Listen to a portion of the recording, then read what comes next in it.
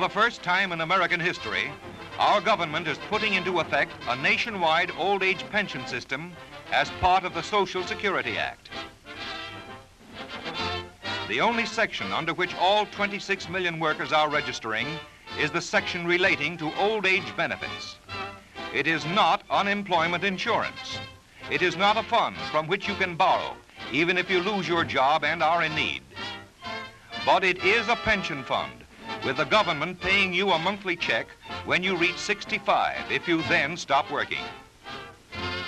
The United States Treasury, with your contributions and your employer's contributions, will build up the old age reserve account from which the benefits will be paid. Your employer is required by the law to make deductions from your earnings starting January 1st, 1937, provided you are eligible for old age benefits. If you are less than 65 on the 1st of next year and are a salaried employee or wage earner, you come under the law.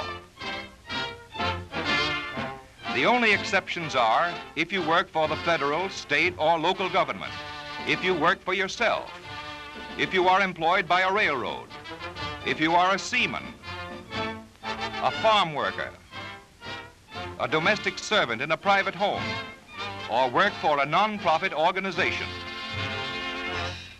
To see how the Act functions, let us first analyze what you pay in. Starting January 1st, 1937, each worker will have 1% of his wages deducted weekly for 3 years through 1939. In 1940, the tax will rise to 1.5%. In 1943, the tax will become 2%. And in 1946, it will increase to 2.5%. Then in 1949 and thereafter, it will be 3%. The employer will match the worker's contribution dollar for dollar during the entire period. From the start, the tax is limited to the first $3,000 earned in any one year by an employee. The fund thus built up will provide benefit payments starting in 1942. Now let's take an average example like John Jones. He is 25 years of age, earning $25 per week, or $1,300 a year. While most earnings vary through life, we will assume Jones stays at the same salary as long as he works to simplify this explanation. In 1937, Jones will pay $13, or 1% of his earnings. By the end of 1939, he will have paid a total of $39. The next 3 years at 1.5%, he will pay $19.50 a year, making his total contributions $97.50. For 1943 through 1945, his tax will be $26 a year, increasing his total to $175.50. For 1946 through 1948, he will pay $32.50 a year, making a total of $273. From 1949, he will pay $39 per year, 3% of his earnings, until in 1977 he reaches the age of 65. Thus, during 40 years, Jones will have paid in $1,365, which his employer has matched dollar for dollar, making a total payment of $2,730 into the fund.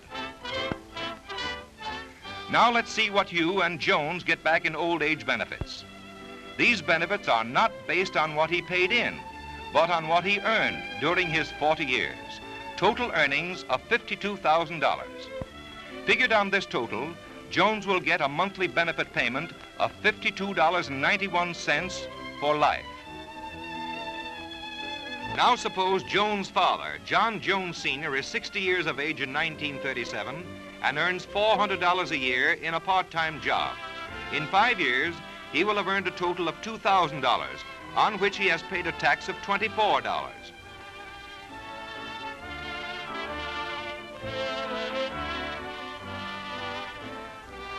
This entitles him to the minimum monthly benefit of $10. The maximum monthly benefit is $85, for anyone whose total taxable earnings amount to $129,000.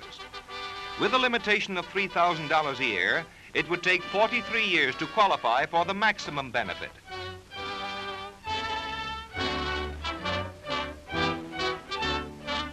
Lump sum payments are provided if a worker dies before receiving benefits.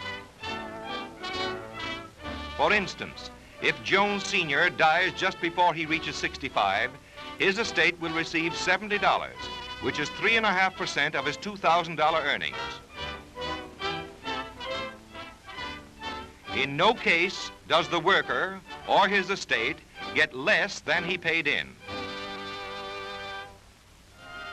Remember, whether you are an office boy earning $480 a year or a salaried executive earning $10,000 a year, you come under the old age benefits section of the law. And no matter how much you make, only the first $3,000 a year is taxed. Mark January 1st, 1937 on your calendar now. It will mark not only the beginning of a happy new year, but of a new epoch in American life.